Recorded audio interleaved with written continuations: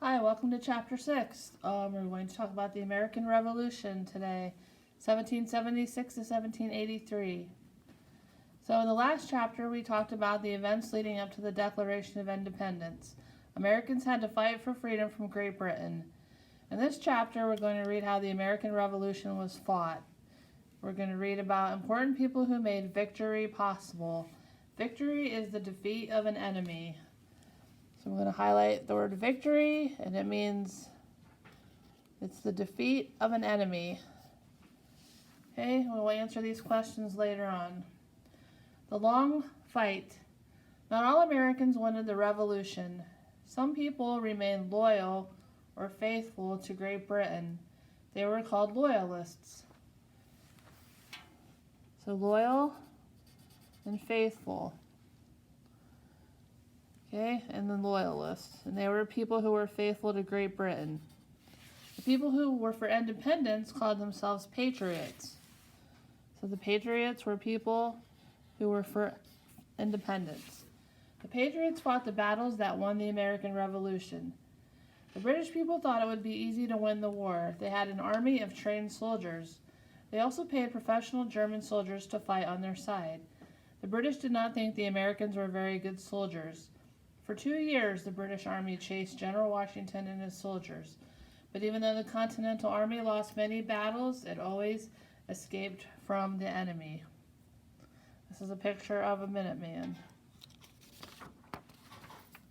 Washington and the American Army. General Washington had a hard time taking care of his men. A lot of them did not have uniforms or special army clothes. Highlighting uniforms, and that means special army clothes. So they wore their regular clothes. Some soldiers had to fight and march without shoes. Many of them had no blankets or tents.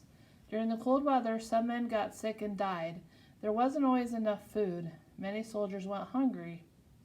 Unlike the British Army, the American Army was not trained to be soldiers. Most of the men were farmers, fishermen, and store owners who were not used to taking orders from an army commander. Some would fight only in battles near their homes. Others left the army when it was time to plant or harvest crops. So Washington had a hard time keeping the army together. But Washington was a good leader. His men trusted and respected him. Because of this, Washington was able to keep the army going. This is a picture of Washington crossing the Delaware River. The victory at Trenton. It was December 1776. General Washington had only about 2,500 men left in his army. Many soldiers were sick and they didn't have warm clothes. Americans were beginning to lose hope. Finally, something good happened. On Christmas Eve, Washington had a plan. It was a very cold night. Washington led his army across the Delaware River in boats. Then the cold and tired men marched to Trenton, New Jersey. There was a camp of Germans who were fighting for the British Army in Trenton. They were celebrating Christmas, and they had no idea that Washington was coming.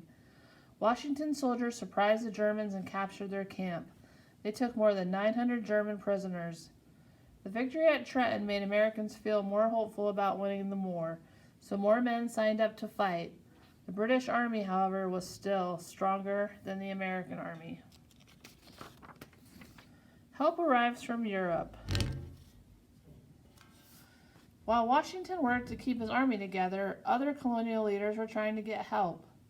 Benjamin Franklin tried to get France to enter the war on the side of the Americans. Great Britain and France were old enemies, so the Americans thought France might fight with them. The French entered the war after the American victory at Saratoga, New York in 1777. This victory let the French know that the Americans were strong. One rich Frenchman had already joined the Patriots. He was the Marquis de Lafayette. He arrived in America with other French soldiers in June 1777. He offered to serve in the American Army as a regular soldier. Instead, the Continental Congress made him a leader. Lafayette was only 20 years old when he joined the Americans. Help came from other European nations too. Germany and Poland sent men who were good army leaders. They helped train the American soldiers. Some countries also gave the Americans money. Okay, we're going to stop here today and we will finish tomorrow.